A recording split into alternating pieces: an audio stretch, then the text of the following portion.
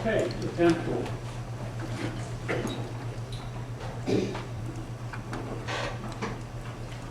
Not the pen tool, what am I saying? Type. Sorry.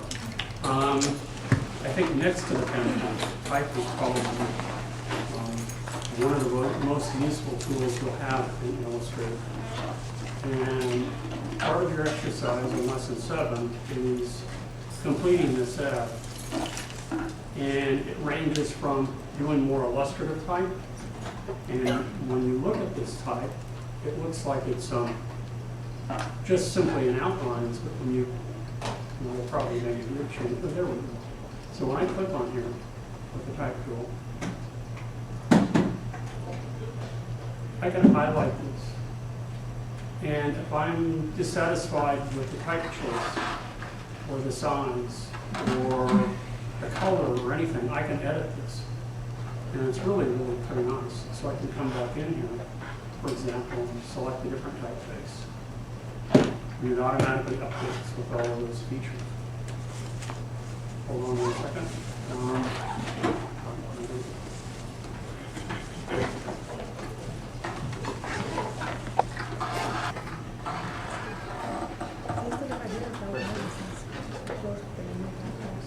So unless you convert type to outlines, it will always be editable, and you can do a variety of things to it. You'll see that the type can follow a path, so it can be in a wavy line, it can also follow circles, it can follow squares, any shape you create it can follow. Another really nice feature too is that when you have body copy, and you can on the fly change how many columns you want.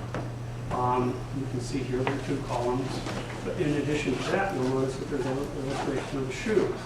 And in the past, to actually have the type wrap around that object was really pretty tricky. And now, it creates, it's almost like a little, becomes a magnet and pushes it away by X number of pixels. And when you move this around, notice that the type jumps and automatically wraps around it the appropriate distance. It works really, really neat. It's really incredible. Okay. So let me show you, let's put this in the background. And I'm just going to start with a blank sheet of paper, and we're going to work with the type tool.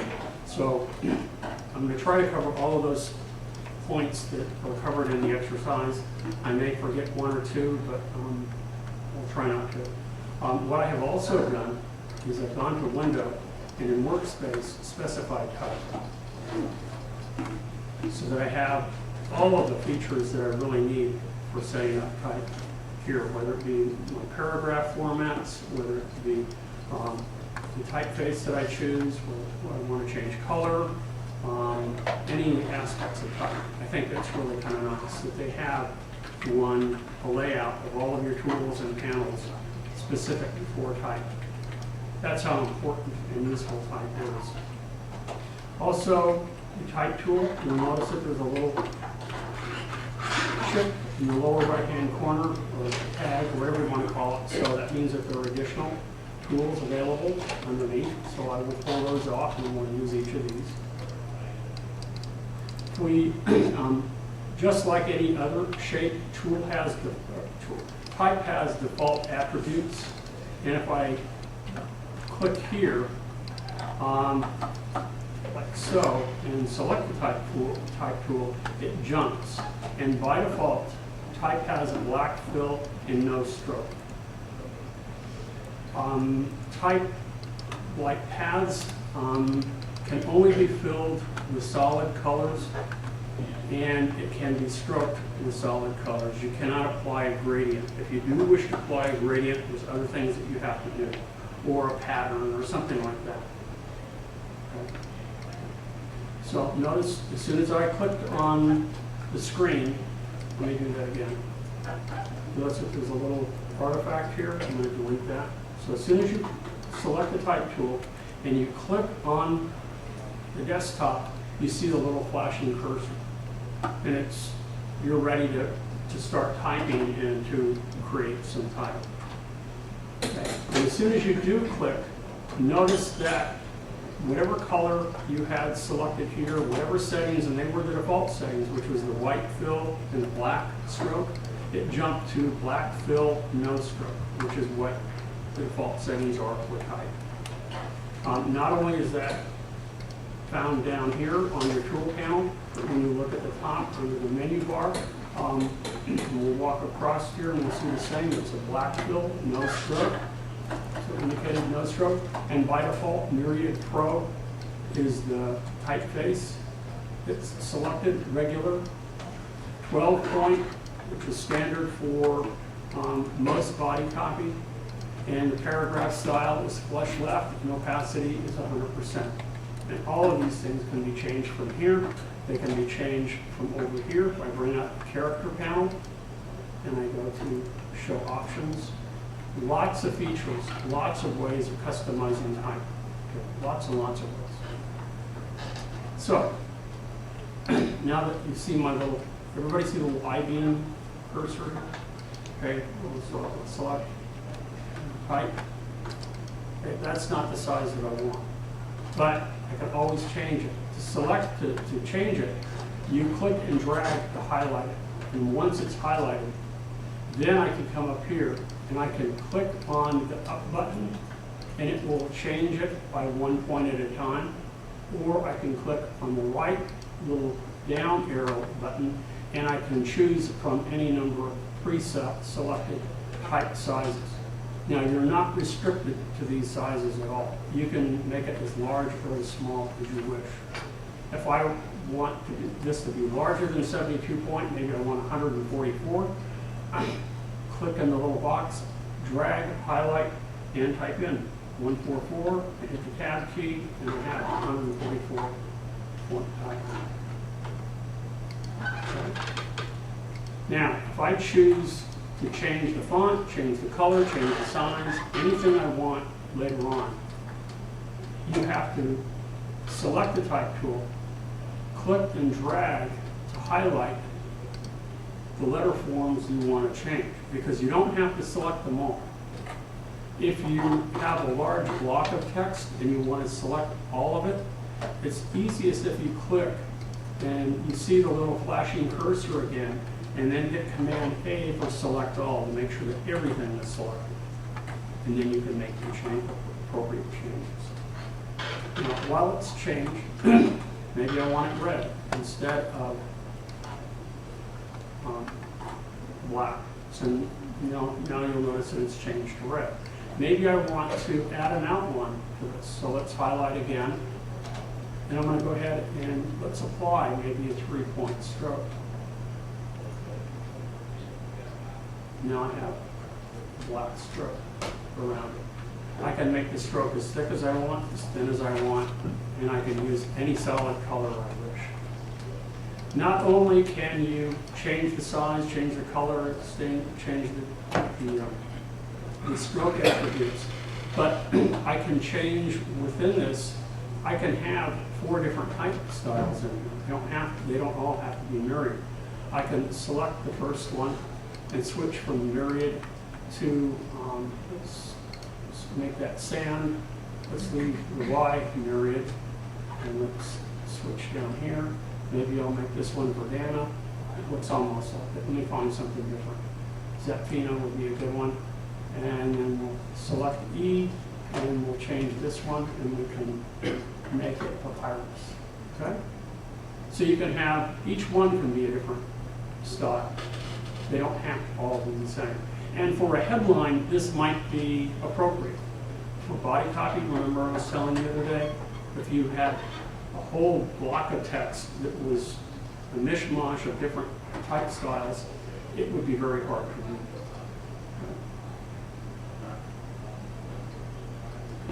So far, this makes sense? How to do this? And then when you're done editing, go back to your home base, and now I can click and drag and I can move it wherever I want. Notice the little line underneath. Anybody remember what that's called? Baseline? Baseline. And in a few minutes, when we get to the character panel, I'll show you how you can adjust the type in any number of different ways relative to the baseline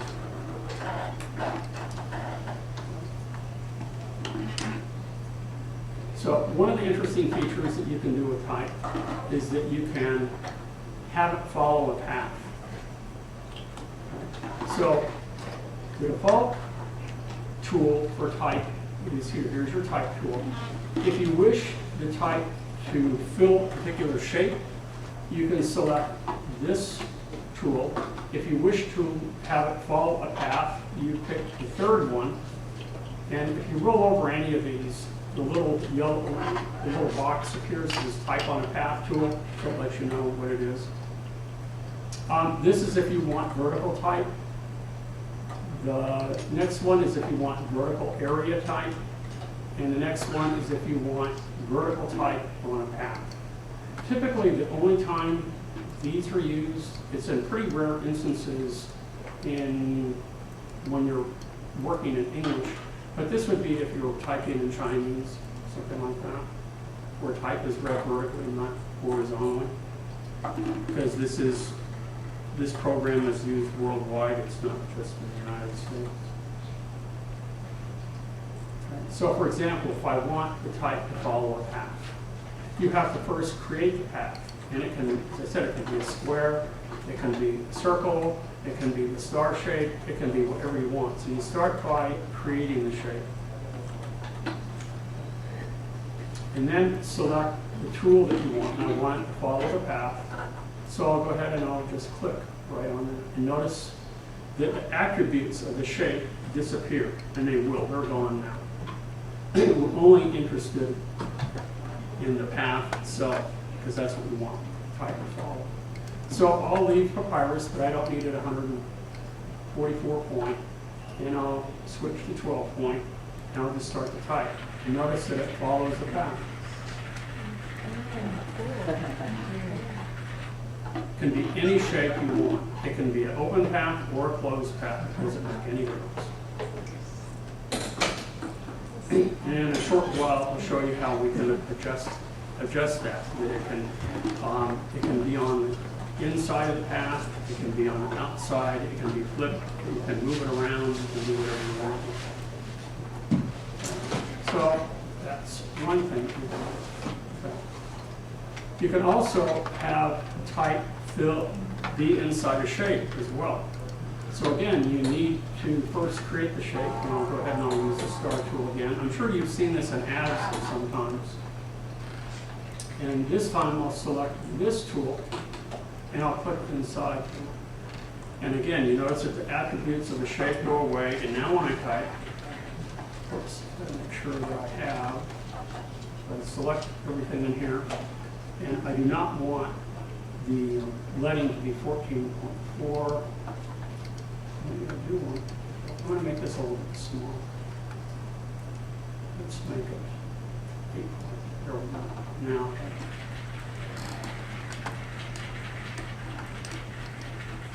so now notice that it's filling the shape. And you can do some really fun things with this. Obviously, you just type the gibberish here.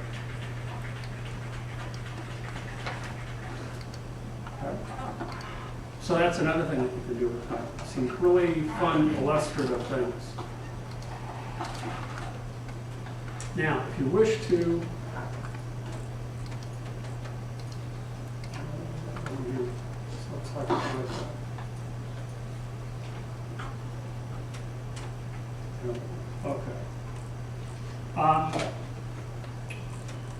different ways of typing, because it's not like, it is like a word processor and it's not. Typically, in Illustrator, you're not typing a book. You're not inputting enough for a book. It's just a few paragraphs or a couple of lines. If you're going to design a book, it's really not, for a large brochure, it's not the appropriate program. If you're only going to create a brochure that's maybe 4 pages, or it's a small brochure where you start with an 8.5 by 11 sheet of paper and it's maybe a gatefold or something like that that you see, that would be appropriate. But not, 15, 20, 30 pages, not the right program. But if you are going to type a paragraph or a line of type, you do, as I mentioned, you select the pen tool. type tool, just click, and then begin to type. And if you want a paragraph break or a line break, then you have to hit the return key, just like you would on a typewriter. The difference being here is that if you don't hit the return key, it will just type forever. You'll have one of the longest lines forever. It doesn't automatically return. So now if I hit the return key, it is considered a paragraph break, and I can continue to type. And see, if I just continue to type, it just keeps going and going and going. But what if you want the type to follow a specific block that you have set for your body copy? A little bit different approach. You can use guidelines, you can use a grid to establish the height and width, whatever you want. But the easiest way to do that is to select the type tool and click and drag, and notice if you see a little bounding box here. This can always be changed in size. Now when I click inside it, you can barely see the cursor, but now when I type, and it reaches the end of the box, notice that it automatically wraps. And this is not a paragraph yet.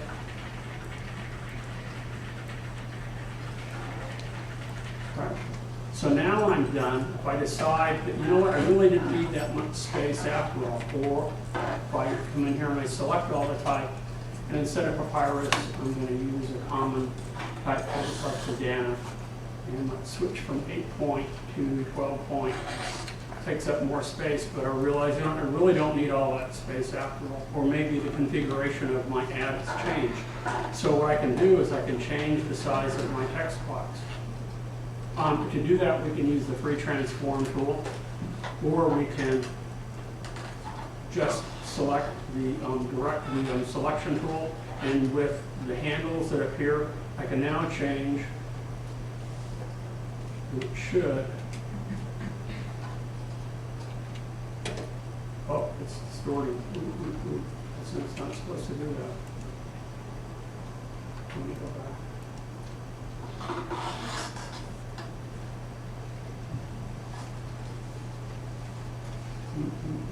Okay, let me undo that. Let me go back. Let's select the selection tool. Let's try this now instead. Let's go to view.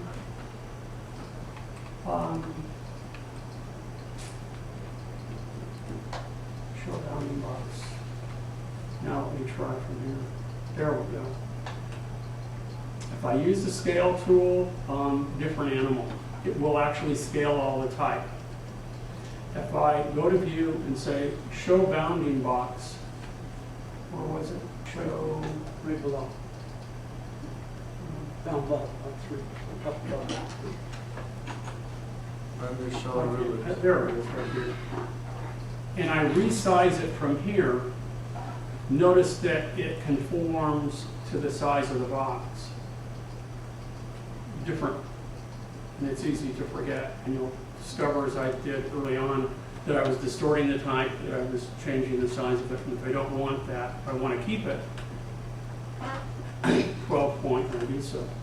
Notice that if you make the bounding box too small, notice in the lower right-hand corner that there is this little red box here.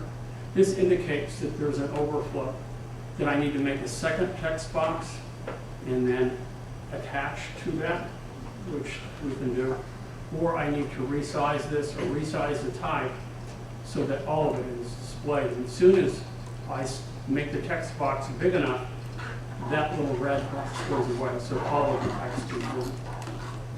Okay, so we have text for headlines, text for body copy, a variety of ways of using this. Now, there's some other nifty things that we can do. I'm going to switch over here now to the character count. And this is really where this is extremely powerful. Really, really powerful. And especially where you'll nuance some of your type will be in the headlines. So I'm going to go back to the text tool and highlight all of this. And notice that there is no character here because I've used 4 different types of typefaces. So I'm going to switch back to maybe New York. We'll try that. It's a nice typeface. Okay. And just as when I select the typeface, or a letter form here, or I select a line of type, not only is the type size displayed here, but it's displayed in the character panel as well. Does everybody see that? Where it's 144 point? Just as I changed the type style for each individual letter form a moment ago, I can change the type size for each individual letter form. So if I select one, let's select the Y, and I want this to be larger for whatever reason, because maybe it's a stylistic thing that I'm doing. I can click the up button like so. And maybe I want the Y to be the cap height of my T. So each of these individual letter forms can be different sizes. They can be different fonts, they can be different sizes.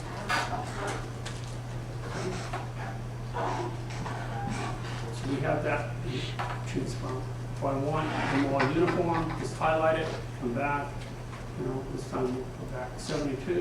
And I want to change it back to 144. That's nice, visible size. Whoops, not 244. 144. There we go. Okay, so we can control size from here as well.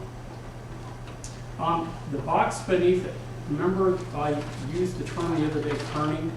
I mentioned it very briefly, but I said that you can adjust the letter spacing, meaning the individual space between letters and words.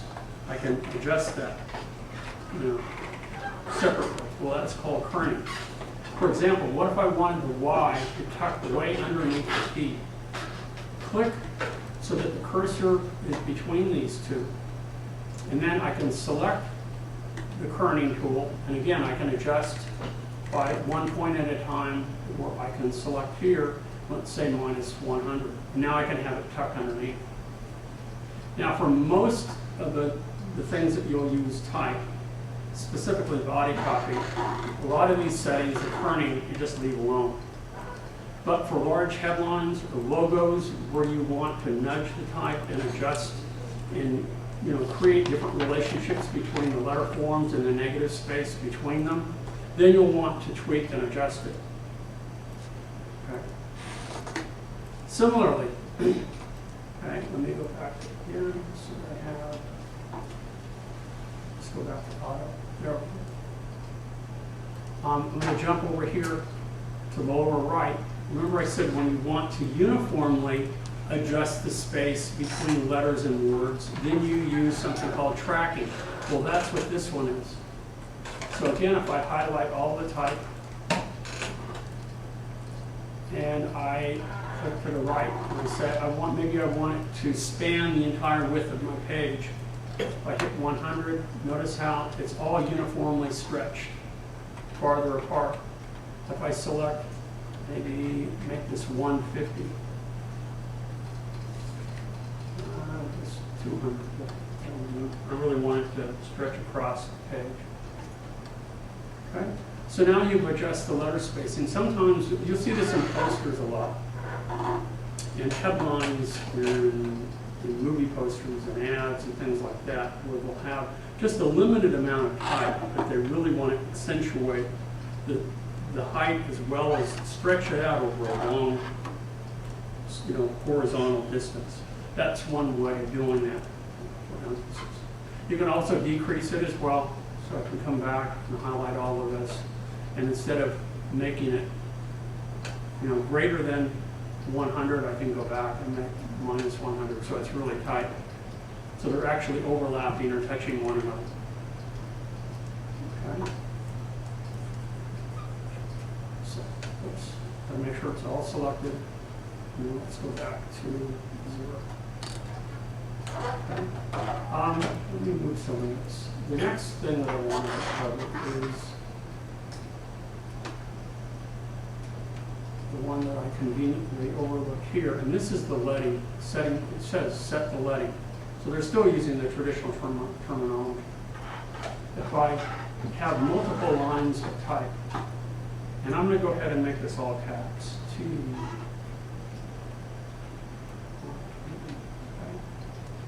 and I want to make sure that auto leading is set, so you can see how much space is between the lines. And I hit the return key, and we'll call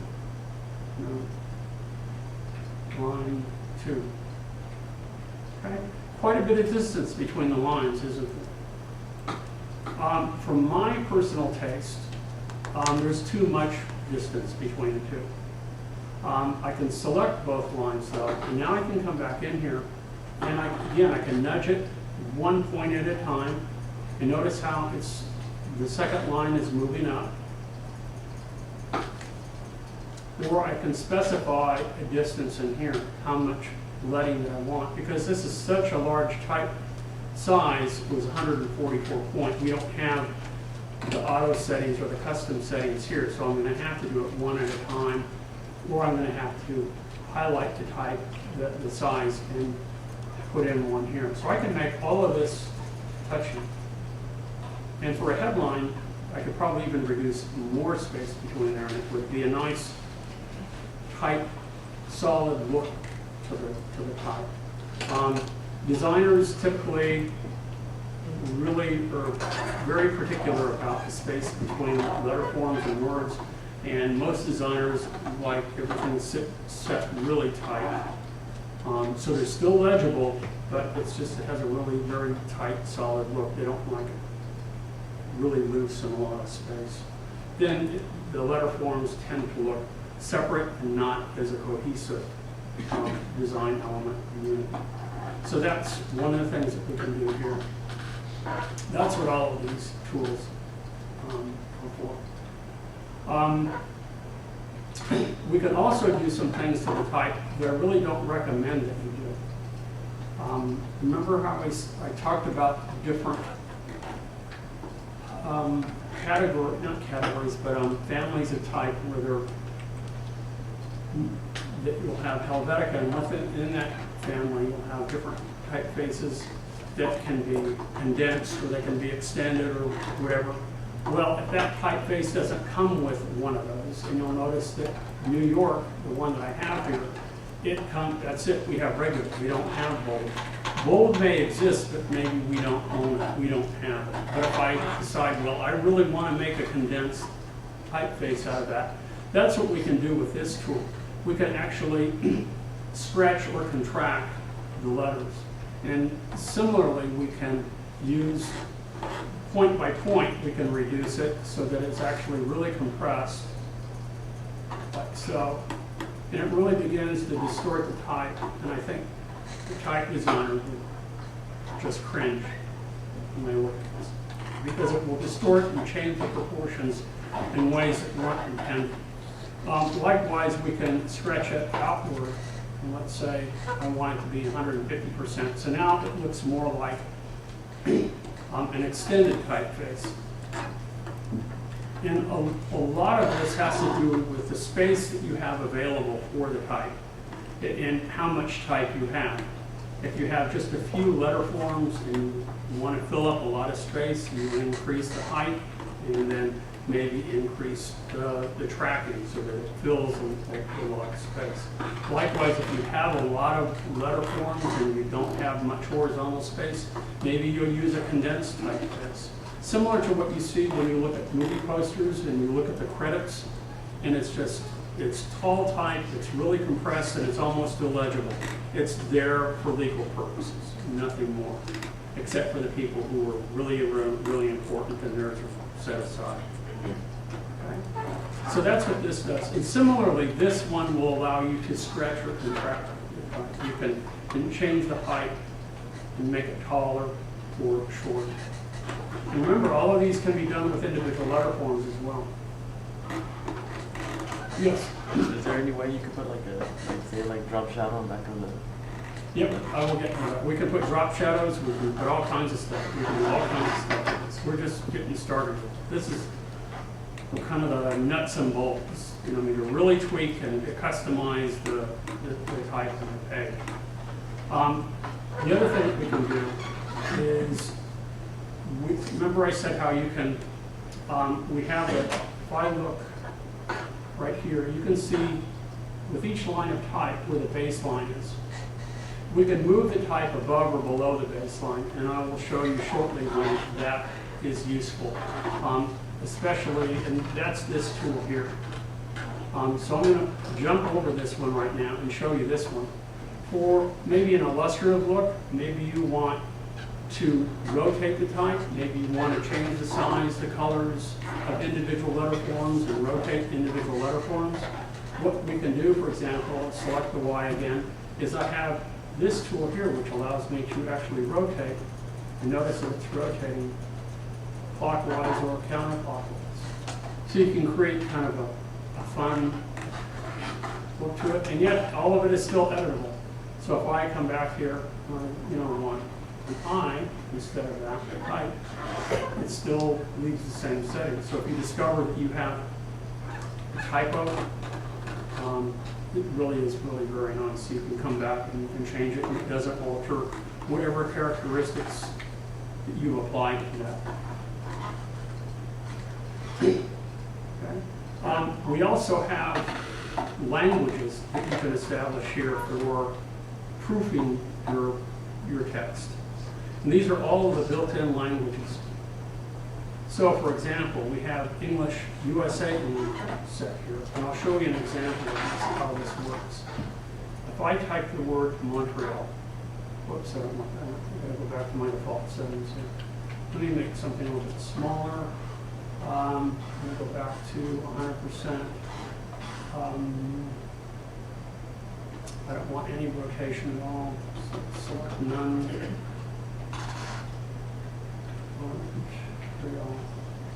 I guess I don't want all caps either.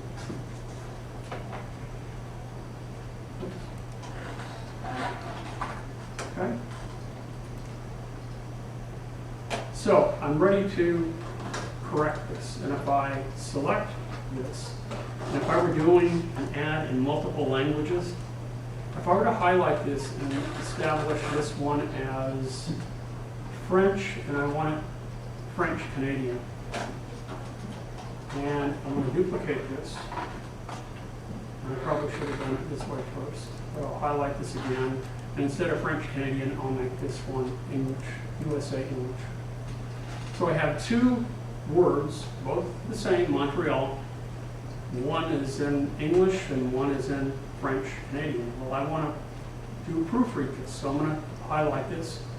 Now I'll go under Edit, and I'm going to come down here to check spelling, and I'll say Start. And I don't want all of this because it's checking off. Oh shoot. Okay, I'll say ignore. Oh no, Mr. Bill. Oh please. Oh, let me cancel this.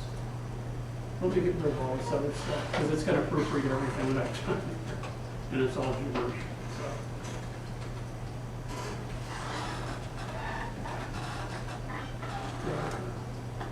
Highlight this again. Go to Edit. Check spelling. And also Start. There we go. You'll notice that it says word not found. Why is that? Because in French, you need the accent drop over the E. So I select change, and it adds it. Pretty cool, huh?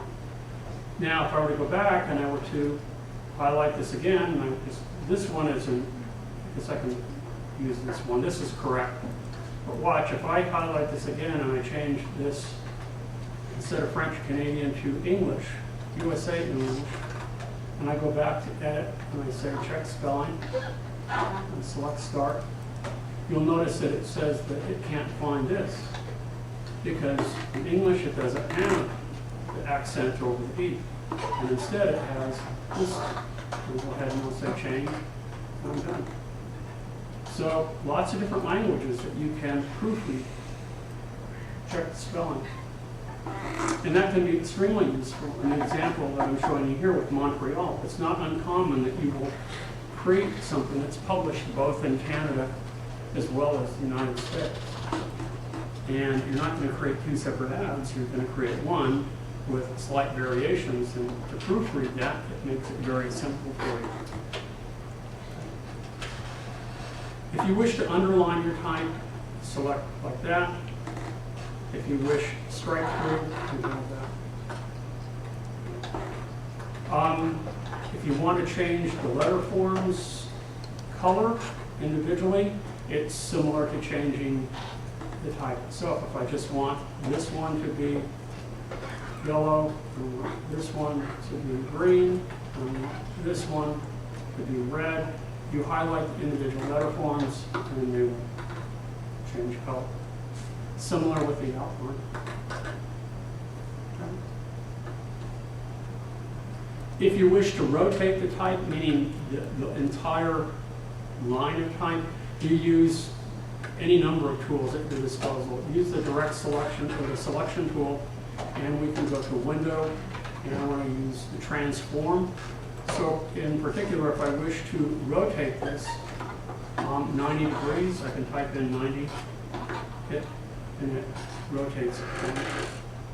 Or I can use the free transform tool, or I can use the rotate tool. It will rotate the whole block of text. And even though it's rotated, I can continue to, whoops, if that happens, you want to quickly undo. Come back with context tool, click in there we go, select all, new text. So it's still all editable. A word about stacking type, something that I don't recommend, which is this tool here. If I were to click here, it's not a good idea to stack type. Especially if you use a lot of type, it makes it very difficult to read. The only time I have seen type stacked where it works is typically for signage on buildings where you have a limited amount of space. You typically see that on small little signs that extend from the building, little shops and things like that. That's really about it. Typically, you'll want to rotate the text as I've done here, and actually it should have been rotated in the other direction if it were. So if I go back, let's do 180 degrees now. Oh. 3, 8. Oh, we don't want that. Long text. There we go.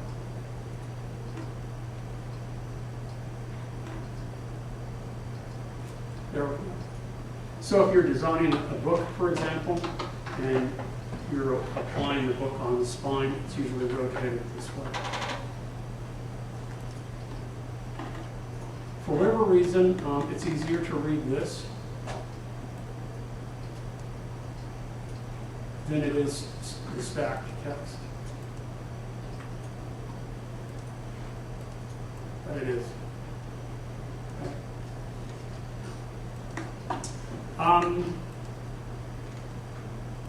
Reasons for having, remember I talked about, I jumped over it, so to be able to actually adjust the type on the baseline. Reasons you would want to do that. For example, if we were to create a logo, so I'll go ahead and we'll start with a little ellipse. So we're going to have the Art Center famous red dot here, or orange dot. And I want text to follow this on the top, and I want text to follow it on the bottom. Everybody with me? So I'm going to have text here, and I'm going to have text down here. So what I want to do is I'm going to copy this first, Command C for copy, so I put it on the clipboard. Because remember, as soon as I apply type to it, the fill attributes go away. So I'm going to select the type tool and click right here. And I'm going to make sure that it's centered. And I probably shouldn't have done that. Let me go back. I'm going to make sure I have the text tool. And I'm going to click down here. Sometimes you're going to have to futz with this a little bit. Make sure it's centered. There we go. want it not to be quite so large. We'll make it maybe 24 point. And I can type, and it's in black, heart center. I'm just going to make it vertical.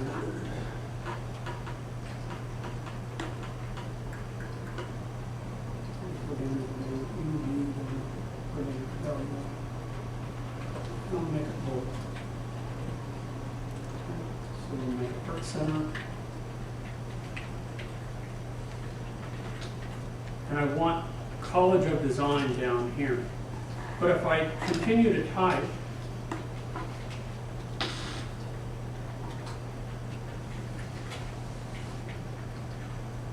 notice that by the time I get done here, it's going to be upside down. I don't want it right side up. Does that make sense? So I'm going to highlight this and get rid of it. And bring that back to the top. So now what I need to do is I need to copy this, and I need a second group of text. But before I do this, if I were to, for the bottom part, if I wanted to now apply my orange circle, so I'm going to go ahead and go to Edit, and I'll say Paste in Front. Okay. Notice how the type, it follows the path, the circle, but it touches it, and I don't want it to touch it. I want it to be raised above a little bit. Well, that would be one of the reasons you would want to now adjust the type along the baseline. So I can come back with my type tool and alter it. And when I do that, no. I'm going to go back a couple steps. There we go. So I can click in here and highlight this. And now what I'll do is I'll raise this above. Notice how it moves it above me. 8, 10, 12, maybe 7, 6 points. Depends.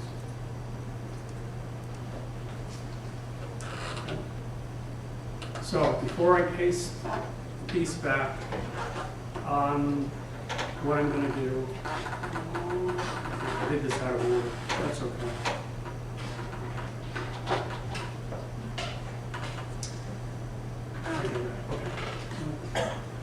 Edit, paste in front, and this time I'll use the type tool again, and I'm going to click here this time. And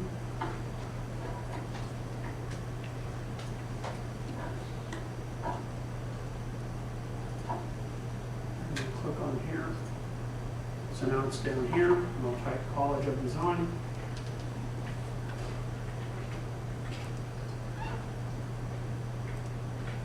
That doesn't work for me today. So now I select the arrow tool. And now what I can do is I can move this like so. Pull it in. One.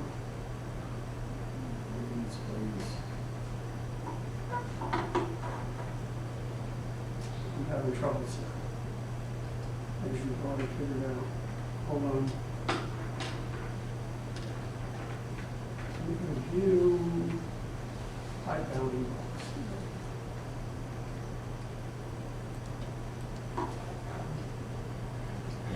There we go. So I pushed it in using these little widgets. And this, I continually have problems with the controlling, but that's okay.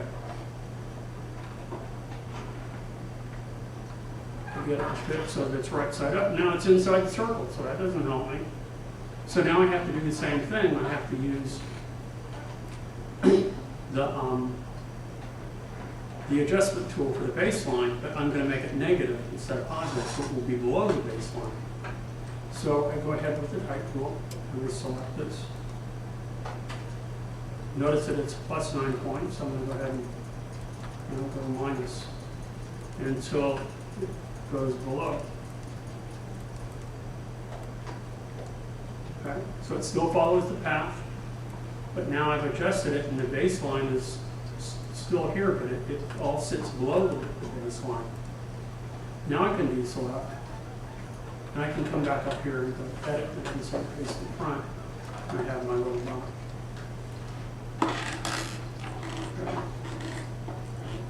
So that's one of the ways that you would use to control the type when you're having to follow the path.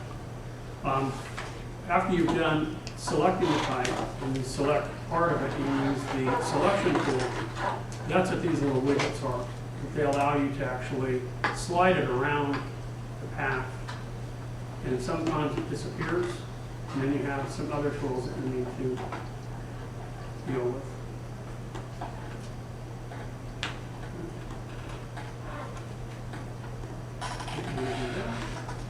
That's what I want to do. It gets a little hairy sometimes.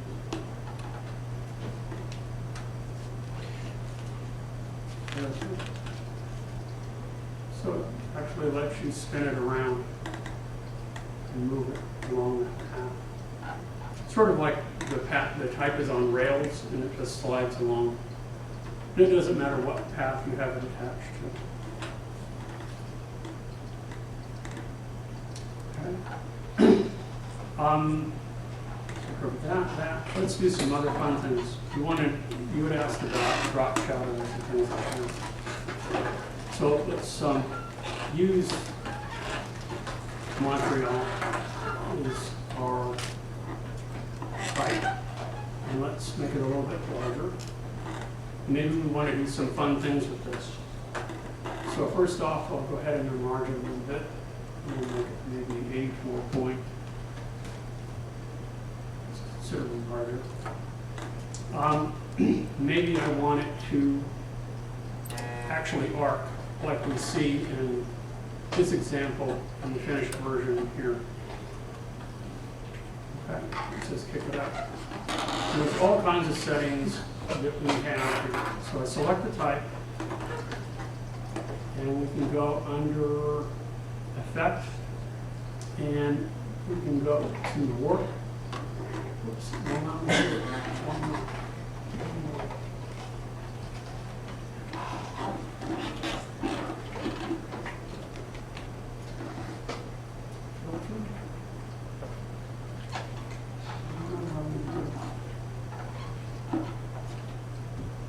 How about if I want to type?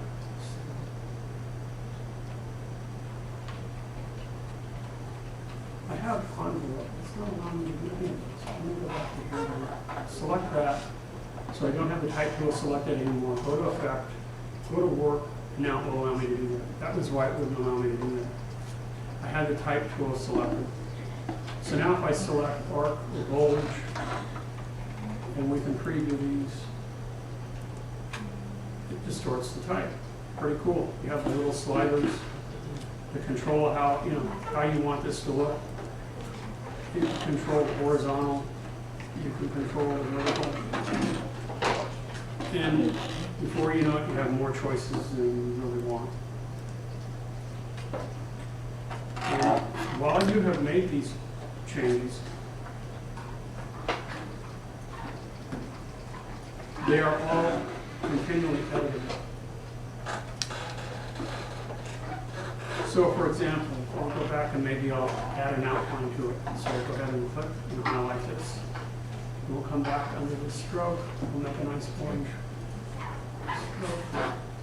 And we'll increase the width of this to 3 points so we can see it. And now we want to add a drop shadow to this. So again, we just select the object itself.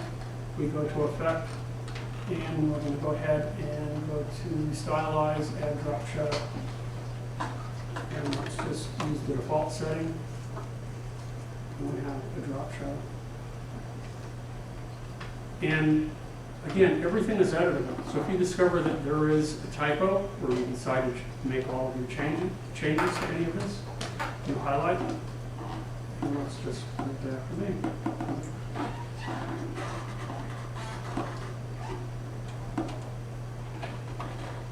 It's a little slow when you start adding lots of effects. All those effects stay with the type. And there's tons more that we can add to this. You can do just amazing things. Now, if you want to put a gradient or a pattern inside type, you have to do something very different. So what I'm going to do is create some type that's nice and bold. It would lend itself to having a gradient inside. Okay?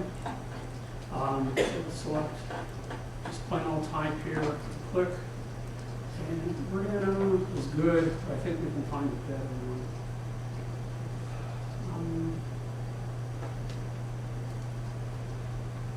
I think impact will work really well. Okay, so I have Doritos. And let's make this 144.2 so it's nice and big and long. And I want to fill this with a pattern or gradient. I have to convert this type to outlines. When I convert it to outlines, it is no longer editable. So one of the things that you might want to do as a safeguard to protect yourself, if you forget the typeface, forget the size that you used, or whatever, is to make a quick copy of it by holding down the Option key, drag it over to the side, you have an editable version saved. Now you select this one and go to type and select create outlines. And when you select create outlines, notice that they just become shapes. They're non-editable shapes. And that editable, and that you can't edit the text. You can come back, however, and you can do some pretty funky stuff with this. You can select individual anchor points, and you can create some custom logos here. Oops. And you can move them, these little points, wherever you want. And create, this is how people will now take existing type and tweak it to make it something more illustrative, customize it to look a specific way. And then what we can do now is we can select the type, and I'm going to fill it with a gradient. And as soon as you fill it with a gradient, notice what happens. It takes in each individual form, or shape, I should say, and it drops the gradient inside of it. If that's what you want, leave it alone. But what if you want the gradient to be distributed among all of those? Does that make sense? Okay? So instead, if I bring up my gradient, if I go to Window, and I say Show Gradient, where is it? Not come up very well. Am I looking at it? Window, it is, it's there somewhere. It says it's here.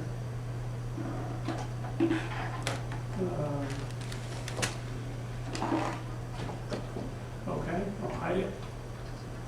And I'll bring it up again and find it again. Oh, it was there. Okay. Window, gradient.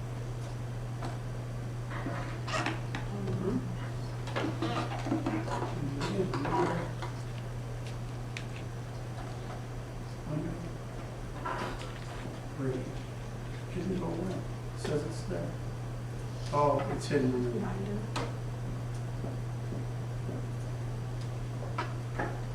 There we go. So I select, gives me the gradient. If I wish to change the gradient, I can. And add colors, do whatever. Now I use the gradient which is over here. Where are we? Down. Lower. No. Go there, right there. And I can click and drag. What I want to do here, let me show options. I want to change this to a linear gradient. There we go. And now I can go from here to here, for example, click and drag. Hold down the Shift key to constrain, and notice that it distributes the gradient across all the letter forms. Click and drag, for example, and now it goes across like so, or an angle, or however you want to distribute the gradient.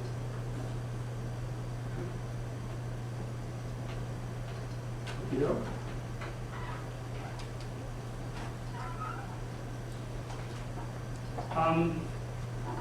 back to the type box now. It'd be probably easier if I bring up the completed piece. Or maybe hide this. Let's bring this up. They have created oops, a little guideline for us into which we're going to apply some text. And the text that if you have a large amount of body copy can be created in any word processing program you want. It can be from simple text to Microsoft Word, or Pages on Mac. And what we can do is we can click the type tool. As I mentioned before, you click and you drag to create the type box that you want. Now what we need to do, because I want this to be in not one big block, but I want it in columns. Okay, so I need to be able to change that. Before I do that, I'm going to go ahead and paste some text in there. So what I need to do is, let's see, let me make sure that I do this right. I'm going to go to Edit, and I want to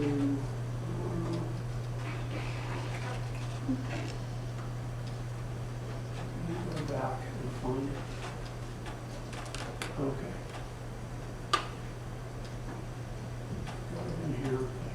Forget myself. Edit. I can't paste because there's anything in there. Hold on. Okay. I'm going to go back over here for a minute into the box. I've got my own folder. And public folder, lessons, 7. And here is the body copy of the text. I'm going to drag this out for a minute. I'm just going to open it. I'm going to highlight all of it. I'm going to copy it. Come back over here. And it's still flashing, and I can say Edit, and I'll select Paste. And it pasted it in. Okay. Now what I need to do is highlight it and go to Type. And I'm going to change it. I'm going to change it here. Or have they moved it? They've moved it. Okay, I need to go to Window, and I need to select Paragraphs. I don't want graphic styles, although that would be helpful. Probably really paragraphs, looking at heavy paragraphs.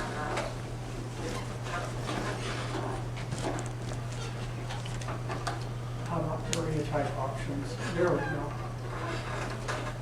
They've changed the name of it. It's back under type, and it's area type options. And we can change the width and height from here.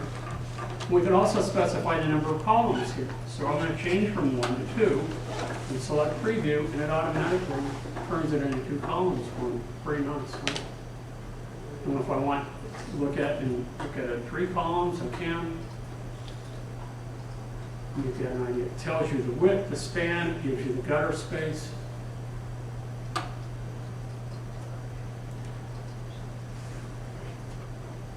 So I'm going to leave it 2. Now, one of the other things that we can do in here that they've already done, and this is paragraph styles, character styles, which are really pretty nifty.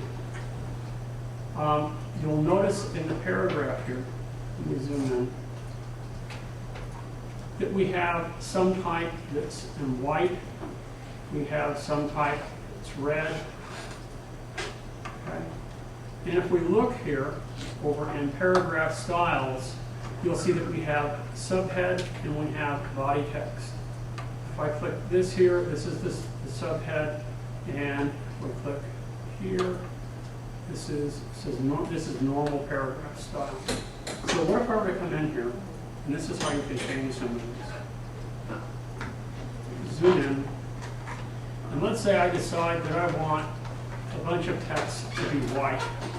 So I'm going to switch from this to white. And maybe I want the text to also be in italic. Okay. Now, I don't want to have to keep going back every time that I change the type from black to white to italic, and if I forget the size, then I forget all those properties. If I select this type now and I click here on paragraph, or character, rather, I want character styles here. So we have character and paragraph styles. I want this to be a character style. And if I click here, this will be character style 1. And I'll just say, I'll name it white italic, or subhead, or whatever you want, whatever you're going to name it. It's up to you. And you'll notice in here, and all of these can be changed, tells us the basic character format, tells that it's part of the myriad family.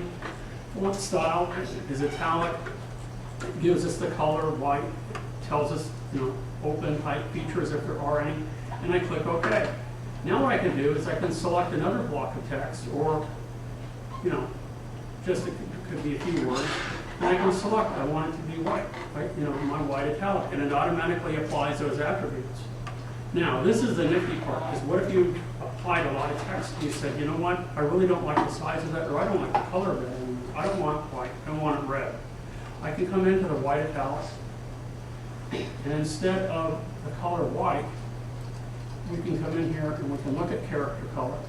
And instead of white, I'm going to change it. I'm going to change from here. Come on, let me change it. Please let me change it. Okay, let me try. Why won't you let me change it?